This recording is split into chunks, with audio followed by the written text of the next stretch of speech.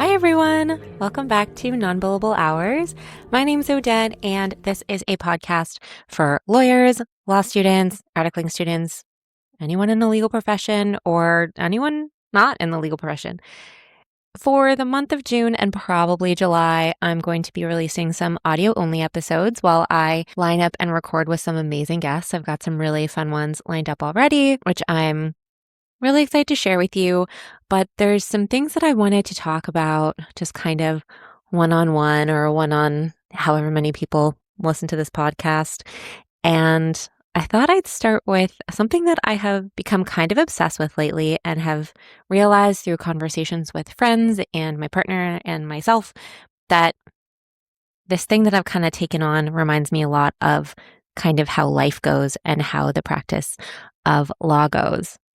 So, you know the saying that life is a marathon, not a sprint? Well, in my opinion, life is actually an ultramarathon, not a marathon. So that's what this episode is going to be about how life and the practice of law is very similar to those ridiculously crazy people who go out into the woods and run for more than 42 kilometers at a time. And last month, I became one of those crazy people. I ran my first ultramarathon trail race. It was 50K. If you know me or have seen me or follow me on Instagram, you would know this because I'm not one of those people who can do something like that and keep my mouth shut. Unlike apparently Mom Donnie, who has run multiple marathons and never really talks about it.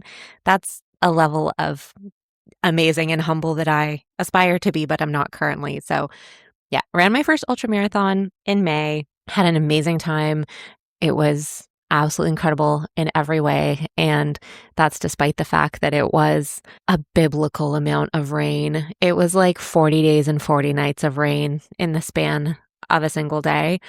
And some people just couldn't finish the race simply not because they didn't train enough or because they were tired or sore, but simply because at some point the trail got so muddy and so slick that they were not able to continue. At one point, there was a fallen tree across the trail.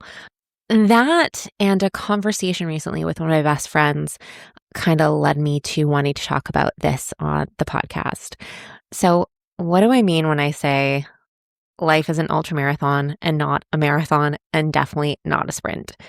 I mean a lot of things. So the topic of this podcast kind of entered my mind when I was in the back of an Uber with one of my friends a little while ago, and we were chatting about, life and decisions and where we are and where we want to be. And she was talking about this like big life change that she wants to make. And I won't say who it is or what we were talking about, but if she's listening, you know who you are and I love you. But she was talking about this big life change that she wants to make and kind of assuming that she wouldn't be allowed or able to kind of slow down and take an extended break before she did or accomplished this thing. And then she kind of had this epiphany, like, wait a minute, I don't actually have to accomplish that ridiculously wild thing, which I don't know when and how it might happen in order to like take a break and travel with my family or go live at a cottage for a month and write or do whatever I want to do. And that's kind of where I first thought of the concept that life is an ultramarathon and not a marathon, because so much of life, especially for lawyers, is about intensity and deadlines and competition. So the first thing I want to talk about is, okay, there's going to be a lot of running analogies. And as a like sort of new-ish runner, I hope this isn't annoying. I hope you can all relate, but it's just kind of the string tying this whole episode together. So bear with me, even if you're not into running, even if you think it's the worst thing in the world anyone would want to do in their free time. Hopefully you can appreciate the analogies because I'm gonna be pulling analogies out of thin air like I'm a Love Island contestant. So the first thing I want to talk about is how most lawyers, when we're in law school, even when we're articling, we're kind of treating our practice like a sprint. And then we discover, no, it's in fact an ultramarathon. So what do I mean by that? Well, kind of what I was just talking a little bit about. So law school, whether on purpose or whether it's something we attribute to it, I think it's a mix of both, but it teaches us intensity and deadlines and there's exams and we compete with each other because a lot of law schools are graded on a curve and there's only so many articling positions and there's only so many summer positions or, positions on the moot team or whatever you're doing, we kind of get really intense right off the start. Like you're on that start line on the first day of law school, the gun shoots, or if you're in a Seinfeld episode, a car backfires, and all of a sudden you're sprinting and you don't really stop to appreciate that like it is a long, long road. It is not a 400-meter race, but that's how we take off. And if you have ever tried to run a very long distance at a very, very fast pace, you've probably burnt out at some point or had to slow down or even stop completely and been like, what was I thinking going out at that pace? And I think that's why a lot of lawyers burn out is because we treat our career and our education as some sort of sprint instead of a very long, long life and a long practice. Then, once you get into practice, that early practice or articling reinforces that urgency, right? There's billable hours, and there's, even if you're a student, like sometimes you have billable hours targets, or you don't have hard targets, but you're kind of comparing yourself to what other students around you might be billing or docketing, just, in case your lawyer needs to make a cost outline for something, or just kind of a way for them to assess how long you take to work on something. So, you've got those billable hours, you've got court appearances. My entire articling was spent driving to and from various courts across Ontario. And I really value that time, but that was like a really intense time, right? And then you've got your client demands, or you've got, deals closing if you're articling in corporate law. But then at some point, you realize that most legal careers last 30 to 40 years. Like they last decades.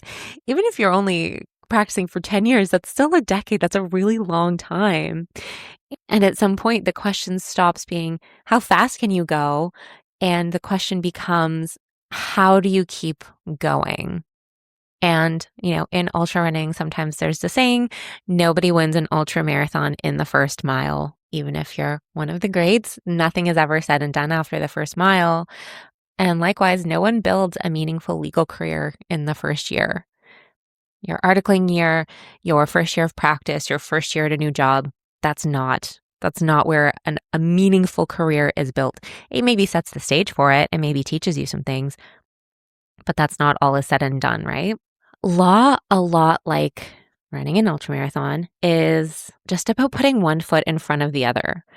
Most breakthroughs and most of your learning doesn't happen in really dramatic moments, unlike what TV and movies might tell us, where they're like, this crazy thing happens, or, my cousin Vinny, like that trial makes his career. Or if you're watching Suits, Mike Ross has a breakthrough in court or with Harvey or whatever. Like there are so many examples in culture and media that show us, because it's dramatics, right? Like they're not going to show you 12-hour days every day and be like, all these little micro moments shaped this person to who they are.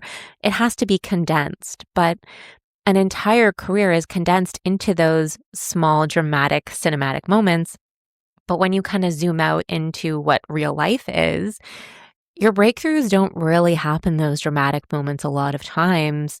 Your career is built on hundreds and thousands of ordinary days, just like Great Big Sea sings about. It's a bunch of ordinary days. You are returning calls, you're drafting documents, you're preparing for meetings, you're showing up consistently. And sometimes it can feel a bit mundane and a bit boring and a bit, what am I doing day in, day out? I'm not learning anything. But that consistency is where your power is. Like we often underestimate as lawyers the power of consistency because we're so attracted to and have our eyes set on these like major wins. Like you win a trial, amazing. You win a hearing, you're successful in a closing, you get a promotion. Those are all incredible things, but those are all built, like those literally happen because of all of the consistent days, day in, day out, where you're taking 100 little steps each day. So the lawyer who steadily improves for 20 years is probably going to be in a better place than someone who burns brightly for 5. They burn bright, they burn fast, they burn out. So if success isn't a giant leap, but it's more so, 1,000 small steps, how does that change what you think about those everyday moments? And how does that change what you picture, success to be? Well, one of those things is that your pacing oftentimes matters more than your speed, right? So, in an ultramarathon, like I talked about, going out too fast early can ruin your race. And I've learned this in training runs. I've learned this in shorter races. Like if you go out too hard and too fast, like you're bonking halfway through, and you either drop or you just it's so hard to continue because you don't want to start off like extra easy where you're not challenging yourself, like in the practice of law or in a race. Like you worked really hard to get to where you are. And yeah, you do want to prove yourself. You want to show what you're made of and you want to work hard. But there's a difference between working hard and sending it, if I may, too early on. So in law, yeah, I do truly think that overextending yourself too often can dramatically, I'm going to say it, but it could ruin you. It could ruin your career if you're not careful. There's a pressure in law to say yes to everything. There's a pressure to be constantly available. There's chronic stress. There's the 2, 3 a.m. wake ups that I've been having a lot recently because I'm kind of in and amongst a lot of hearings right now, which is also why I'm taking a break from releasing video episodes with guests. There's just a lot going on. And yeah, those 2 and 3 a.m. wake ups are hell because sometimes you're up for the rest of the night. Like sometimes you don't get back to sleep. Sometimes for me, like I'll wake up at 2 and then I'll be up till 5 or 6. And that's okay. That's a 3 or 4 hour chunk in the middle of my night that I'm not sleeping. Yeah, I'm in bed, but at some point I just kind of get sick of it and I like go on threads or I read or I just like get up and get some water and a snack because I'm so frustrated. And I know that is chronic stress. Like I know that's my body telling me that it's stressed out. It's hard to figure out the fix, right? So I'm currently working through that, but I'm trying to work through it so that I don't, become chronically fatigued. But a lot of lawyers operate as though every week is trial week, even when it's not. Like super long days, feeling stressed because you think you're supposed to be stressed, and it's unsustainable. Right? So when it comes to law and the practice of law, if we liken it to running, it's like, yeah, you can do that for a day. Like you can work one super long, extra hard day. You might even be able to do that for a year. Like, articling, like I said, busy, intense year for me because I worked in litigation and I had a lot of important things that I was helping with and I learned so much. And I'm grateful for all those opportunities, but those are really, really long days for me. And if I 10, 11 years later was still working with that exact same intensity and that exact same stress, I would be in a hospital. Like I would be in an institution. And I don't say that lightly because there's been a few times throughout my career where I wasn't working at that level and I still felt as though I needed to be like put in a room and locked away without my work laptop. Like that's how bad it's gone, a few times. So yeah, you can sprint for a day, like metaphorically speaking. You can probably even sprint for a year. You try sprinting for your whole career and I don't think it'll work out well for you. And even if it does work out in your career, like what are you sacrificing in your personal life, in your health? Life is super fucking short, really, truly. And if you spend all of it, not just a busy season, like sometimes, yeah, you're going to have a year, you're going to have a few months, you're going to have maybe a job that takes a few years, and that's going to be a hyper-focused time for you. Okay, that's your choice. That's great. I hope it works out well for you. But if you zoom out and you think you're going to keep that up for 30 or 40 years, I don't know what to tell you. I don't think it's a good idea. I don't think it's very good for you. But that brings me to my next point, which is when it comes to life and the law and ultramarathons, like rest is part of your race. When you are training for a long race, when you are in the middle of a 50K, 100K, 100 miler, they have like 200, 300 mile races now, ones that are even longer. Like if you are not resting at any point, unless you're Rachel Entrican, like even she sat down during Cocodona a few times, like, yeah, maybe she didn't sleep. For those of you who don't know, this woman won Cocodona, which is a 250-mile race, and beat everyone, beat the course record by multiple hours, beat her old record by an insane amount of time. And she was going hard for the entire race. But most people I want to say 99.8% of people need rest. We see rest as weakness, which is bonkers to me. And I'm so bad at resting. Like, I'm so bad at staying still. I'm so bad at doing nothing. I have a hard time, even sitting in the hammock in my backyard just with like the birds. And it is so beautiful and so lovely. And yeah, I should be just like able to stay still and look at the sky and appreciate nature. And I have a hard time doing that. But you have to schedule rest. You have to schedule recovery. And it's not about earning your rest. Recovery is part of your training. Recovery is part of your race. Recovery should be part of your life and part of your career. And so many lawyers skip vacations. We feel guilty taking breaks. We have this thing where we're like exhausted, but it's almost like a badge of honor, like kind of sick, but it's true. And I used to be one of those people where it's like the more I work and the tired I am, like the more superior I am to others, which is crazy. And I know I'm not the only one. And I know there's a lot of us out there that either have been like that or are like that. But the irony is that like when you are in an ultramarathon or when you are practicing the law and you need a rest, that rest doesn't take you out of the race. Like, rest helps you stay in it. One rule that I love about the Cocodona 250 race is that at certain aid stations, you are allowed, if you want, to leave the course, go check into a hotel, rest for the night, and potentially take back up the race the next day, unless you're timed out, unless you're up against time restrictions where you miss the time cutoff for the next aid station or something like that. But you are allowed to do that.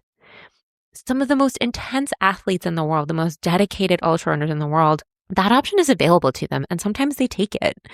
If that is what is going on with these people who are so intense and so fit and so prepared and who are doing these crazy races that they wait their entire lives for, what is stopping you from taking a fucking rest? What is stopping you from checking into that metaphorical or real hotel for a night and taking a rest and picking it back up the next day? Like, truly, what is stopping you? Yes, responsibilities. Yes, our egos. Yes, deadlines. But those are always going to be there. And if you are operating at negative because you never stop and take a rest, you're going to burn out. You might burn bright, but you're going to burn out because rest doesn't take you away from the race. It helps you stay in it. And rest isn't the reward for your hard work. It's more so a requirement. You need it. You need it in order to be able to work hard and to concentrate, right? So stop selling yourself short on rest and recovery because I told you so. Or so we're good enough. The next thing I want to talk about, and this requires just a tad of an explanation if you're unfamiliar with ultramarathons or just like running in general. Aid stations matter. So in an ultra, we have these aid stations, which are pretty self-explanatory, but they're predetermined places along a route where either your crew, so people who are helping you along the race, can meet you. There's usually also a table with volunteers or a tent or a hut or something like that where they have food, electrolytes, water. If you're running really long races or it's colder into the night, they'll have things like broth and soup and things like that. There'll be medics there, fellow runners. Sometimes in really long races, there's beds. So yeah, that's what an aid station is. Most ultramarathons, runners are not surviving alone. These aid stations matter because when you're running an ultramarathon, even if you're self-crew, like even if you don't have anyone helping you along, even if you're doing it all yourself, you're stopping at these aid stations. You're refilling your water. You're using the bathroom. You're having medics check your feet. You're, talking with fellow runners. You're doing all these things. You're re-upping your nutrition. Those things matter. And it is very, very seldom that you will go through something really, really hard like an ultramarathon and not rely on anyone else for a single thing. I know when I ran my first one, I had my partner meet me at 30K. And even though I had all my food and my nutrition, dialed in and everything, like, sorry, I might cry, but like just seeing him there, having him there on that, like, oh no, I'm going to cry. It's so stupid. Even just like seeing him there, having him there, to like open my Coke for me and help me, switch out my garbage and get my nutrition in my vest and, just listen to me blabber on about how much fun I was having. Like that literally gave me fuel for the next 20K. When I ran my first marathon, a bunch of my best friends came and made me ridiculous signs, and they were kind of like a feature of the lakeshore. People were like really paying attention to them because they were being so wild and insane and wonderful, and they were yelling at me and singing to me. And even though I didn't physically like interact with them, they were up on the hill, like just seeing them twice throughout that little stretch of the marathon, like gave me so much energy. Then running into my partner a couple times and some friends along the way, like just a quick hug, a high five, like say, you're doing great. Like you're not surviving those things alone. There's people there to help you and you need them, right? So oh my God. And also in my ultra, like because it was so rainy, there was so much mud that you would literally come to the top of a hill and there would be other people, like other runners kind of pause there and you'd be standing around with these 10 strangers and we'd all be like, okay, how are we going to get down this? And then, someone would go one way and you'd be like, oh, that doesn't look like the best way. So like then someone else goes another way. And then you kind of brainstorm and you figure it out. Like I had people offering me, I was 50K, so I wasn't allowed hiking poles, but I had people offering me their hiking poles to like get up or down a hill. People offering it, like literally reaching out their hands to each other and grabbing onto each other and helping each other up or down some crazy, ridiculous mudslick. So that's yes, that's running and that's a very specific type of, I guess, adventure. But law is the same. Like in law, we have mentors and we have colleagues and you have your staff. So if you're a lawyer, you probably have a clerk and or an assistant. And you have your family and friends. And I can be a very hyper independent person, but independence is not something that is a non-negotiable. And it's not something that you have to be super hyper independent in everything that you do all of the time. That resilience and that strength and that ability to carry on comes from connection. So just like, so many times you'll hear someone running an ultra say, man, I just need to get to the next aid station. And then, I'll get a boost. I'll see my crew. I'll have some soup. I'll change my socks and then I'll be good to go. But imagine if that aid station wasn't there and it was just, oh, okay, so you've got 80 miles left and there's going to be no connection from anyone for the rest of this race. Like that would be terrifying for a lot of people. But so many people treat law and life like there's no aid station. There's never someone there who's ready to hand you a dry pair of socks and some electrolytes and give you a pat on the butt and say, hey, keep going. You've got this. I believe in you. Like there are people around you who are willing to do that for you in life and in your career, but you're never going to receive that or be able to give that to others if you close yourself off. So keep an eye out for the aid stations. Keep an eye out for the people on the side holding signs for you, telling you that you've got this, whether they are people that you know super well in your life or just, a colleague at work that you need to vent to. Those people are there. You do not have to be hyper independent and be an island just because you think that that's the only way that you can show strength. Strength often comes from knowing when and where to get support. So the next one I want to talk about is one that I've definitely run into, pun intended, in my career and also run into on some long runs, which is every runner and every lawyer eventually hits a wall. In running, sometimes we call it bonking, which is if you haven't kept up with your nutrition, your body literally runs out of fuel and you're just like unable to carry on, or it's incredibly difficult to carry on.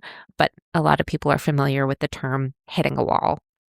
But every long race and every long career probably includes times or moments when you want to quit. So in law, some examples are when you lose a case or lose a trial, you have a really difficult client or a really difficult lawyer. I've had this conversation with other lawyers. Okay, do not feel bad as a lawyer if there are lawyers on the opposite side that literally make you want to quit your job. Like I have literally so many lawyers that I get to deal with on a day-to-day basis are fantastic. Like I see their name pop up in my email and I am like, I'm happy. Do you know what I mean? Like not all the time, but there are so many lawyers who I really enjoy and love speaking with. And I see their name on a file and I'm like, okay, this is going to be great. We work great together. There are a few lawyers on the other side and on my side, who sometimes I have to deal with, who literally make me want to quit my job. I'm like, I would rather quit than ever have to talk to this person again. Those people exist in the world. Maybe I'm that person for other people. I hope not. I don't think I am, but it's possible. So whether you are that person or whether you know those people, please don't try to be that person. That's a topic for another day. You don't have to be an asshole to be a good lawyer. Most of the great lawyers I know are in fact not assholes. They're really great people and they're just very brilliant. But you probably have some people that you're thinking of right now where you're like, yeah, that person makes me want to quit my job sometimes. That's totally fair. It's going to happen. You don't make partner at your firm you really wanted to, or you don't get a promotion that you applied for that you really wanted. There's career setbacks, there's personal struggles, there's all these things in life. But the key lesson here is that hitting a wall, it's not evidence that you're failing. The wall is evidence that you are running a difficult race, or in law, the wall is evidence that you are working in a really freaking tough career. So I'm recording this. It's June right now. So it's summer and I am a big Love Island fan, and I am a Love Island fan unabashedly. I don't care. I love it. I think it's fantastic. And I fall in love with all of the Islanders every single year. But I read something the other day that was like, the harder your job or the more stressful your job, sometimes the dumber you need your TV to be. And I think that's true because sometimes at the end of the day, I like sitting down reading, a book about Buddhism my therapist recommended to me, which I'm currently doing. And I love that sometimes. But some days at the end of a hard day, I just want to watch some people in their 20s just shove pie in each other's faces and kiss each other and go crazy and just have a good time or have a bad time and just be fun and hot and great. That's what I want to watch. And that's okay because we have a really difficult career. So when you hit a wall, when you feel like you're bonking, when there's pain, it's not always a sign to stop. It's just proof that you're doing something that's really difficult and hopefully you're growing through it. But it's going to happen. You're going to hit those. And it's not evidence that you're weak or bad or unprepared. It's just evidence that it's a really difficult thing. And if it weren't difficult, everyone would do it. If it weren't difficult, everyone would be a lawyer. If it weren't difficult, everyone would run a marathon or an ultramarathon or a 5K. These things aren't easy. Social media makes you think that everyone's out there, at least my algorithm, everyone's out there running 100-mile weeks, or everyone's out there, practicing, in Seven Sisters or big firms or whatever. That's not the case. A lot of people are out there, they're doing their best. They're working really hard, but not everyone's out there doing ultra crazy, ridiculously hard things all day, every day. Because we do hit those walls and because of all the things I've mentioned, you need rest and all of those things. But the pain in the wall, it means you're getting somewhere. And maybe you slow down, maybe you rest, but maybe you don't quit. And maybe you do quit, and that's okay. Quitting isn't failure, but it's just about recognizing when you want to quit and when you just need to rest. And I think that's a really important conversation to have with ourselves when times get hard. Am I quitting or am I resting? And sometimes you might rest and then you might determine a little later you want to keep going or you don't. Both are perfectly valid, but don't let the wall be the thing that convinces you to quit. That is a bigger conversation than just, oh, this is hard, I'm done. Another way that ultra running and being a lawyer are similar is that comparison can be really dangerous. If you've ever tried to start running, you will know that there will always be someone faster than you. Even the best of the best in the world do not win every single race they enter. They get beat, they get injured, they get tired, they get sick. Day to day, you are not going to be the fastest every single day. Day to day, you are not going to be the best lawyer every single day. And you are not going to be the top of the top in every measure all the time, if ever, and that's okay. But we do face constant comparison, with income, with titles. If you own a firm, how big is your firm? How prestigious is your firm? How many awards do you have won or paid for? How many LinkedIn likes do you have on your last post or whatever? But the problem with that is that there's this thing that they say in running a lot, which is You need to run your own race. And when you start comparing yourself to others, you start running someone else's race. You not only might get burned, you are not there for yourself anymore. You're there for someone else, or to beat them, or to outshine them, or to make more than them, or whatever the case may be. And why are you comparing yourself with others when, you were put on this earth for a reason, right? Like whether you're religious, you believe God put you here for a reason, or you think you're made of stardust, or I'm a little bit of both columns. But I know that I was put here for a specific reason. Then that reason wasn't to constantly compare myself to how fast someone else is running their race, or how often I am promoted, or how much I make, right? Like, yeah, I was really proud of myself when I finished my ultra and I wasn't, dead last. I was really happy with that. Not because I'm glad that others finished after me, but because, just as a measurement of general speed, right? The curve. Where did I fall in the curve? That was great. But honestly, if I would have finished last too, I was totally prepared for that scenario. And I was like, as long as I finish, I will be happy. People were asking me, what's your goal time? I'm like, to finish and to have fun and not get injured. Like those were literally my 3 goals. And I accomplished all 3 of those. And it didn't matter if I did it in 7 hours or 12 hours. Like as long as I hit the cutoff, I was happy with just finishing that race. I didn't want to run anyone else's race. I saw people zooming by me. I was passing others. Sometimes there was this like give and take. I would pass someone and they would pass me. And you just don't think anything of it because they're running their race and you're running yours. And it's the same with your legal career. Like other people might get promoted on different timelines. They might be making more than you, less than you. What does it matter? If they're making twice what you make, does that take away from what you're making? Someone else at a completely different firm from you makes partner. Okay. That says nothing about you. That literally says nothing about you. Even someone at your firm makes partner over you. Okay, maybe you want to switch jobs. Maybe you don't. Like maybe that's information, but that doesn't have to make you feel a type of way about yourself. That's just their journey. So you need to ask yourself, what does success actually mean to you? And that can change. A chat with my friend Brandy a little while ago, she's talking about how your visions of success and your thoughts of success can change, and that's okay. And once you realize that, life becomes a lot more fun.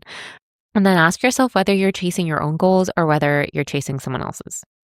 All right, the second to last point I was able to think about with regards to how law and ultramarathoners are very similar is that the finish line can move.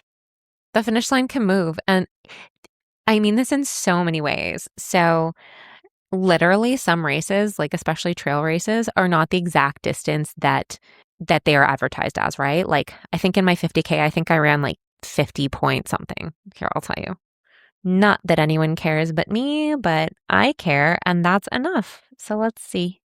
Okay, so my 50K was actually 50.47K. And that's because, sometimes you veer off the course or you run to the bathroom or you double back because you dropped an AirPod or something like that. It's never the exact amount that you think it's going to be. So your watch might tell you you're done, but you're not at the finish line yet. So the finish line can move. But also with running ultras, like sometimes you finish and then you want to sign up for another one. You thought that your ultimate goal was to do this one race. And then all of a sudden, that's not your ultimate finish line anymore. That you realize was maybe just a stepping stone if you're crazy like me. And next time you want to try maybe the same one, maybe something harder or maybe a longer race. That finish line can move. And when you're a lawyer, so many lawyers tell ourselves, going back to the conversation I was having with my friend that kind of, prompted this whole thought, I'll be happy when I X. I'll be happy when I make partner. I'll be happy when I make more money. I'll be happy when I retire. But every single achievement creates another target, right? So that finish line keeps moving. And then you realize that most of life is spent on the course, right? You're running a 50K. Most of that day is spent on the course, not crossing the finish line. Crossing the finish line takes approximately 1 second. The course takes approximately many hours. For me, it was about 8 hours. What is going to make you more into the person that you are becoming? That 1 second of crossing the finish line or those 8 hours getting there? What are you going to look towards and what are you going to focus on and what are you going to make the most of? 8 hours versus 1 second, it's up to you. And if you don't learn to appreciate those miles, you will spend your entire life waiting for the finish line, waiting for happiness, waiting to think that you were worthy finally, but you've always been worthy, and you're going to spend most of your life out on that trail, out on that course. So are you going to open your eyes and look around and see? You're going to look at the trees, you're going to hear the birds, or are you just going to look at the ground and look at your feet moving one foot in front of the other? It's up to you. I'm not telling you what to do. I'm just telling you your choices. All right, and the last one, which is something that I read a lot about and heard a lot about before running my first ultra, but didn't really quite realize until I was in it, is that the journey is what changes you. People often start an ultra marathon or a race or a marathon or any sort of goal thinking that it's about finishing, right? A lot of times we go through life thinking it's about checking the boxes. I know so many people who are just kind of want to rush through life. They're so obsessed with getting to the next milestone, like, marriage, dog, kids, own a house. Okay, then I do this, then I do that, and da da da da da da. And it's like, where are you in a rush to get to? Death? Like, honestly, because that's the ultimate finish line. And if you are so obsessed with getting there as quickly as possible, I got news for you. It's going to come quick whether you want it to or not. So like, maybe don't rush it along. Like, maybe savor where you are. Maybe understand that it's not about finishing. It's about becoming. Right? Like, the same is true in law. The goal isn't simply to win every case as fast as possible and to make partner as fast as possible and to open your own firm as fast as possible. Sometimes those things might happen, or one of those things might be a goal of yours. But the deeper question maybe to ask ourselves is like, who are you becoming while you're doing those things? Are you becoming a better lawyer, hopefully? Are you becoming more resilient? Maybe you're building a bit of a thicker skin. So, every conflict in a discovery doesn't make you cry. Not raising my hand, but it has happened to me. Are you becoming more patient with your clients? Are you becoming more knowledgeable? Are you getting better in a certain area of law? Are you niching down or leveling up or any other direction you want to take it? Are you able to become more present while you're, in those discoveries and mediations and not, stress bag? Or are you just sacrificing your happiness to reach goals that might not truly satisfy you?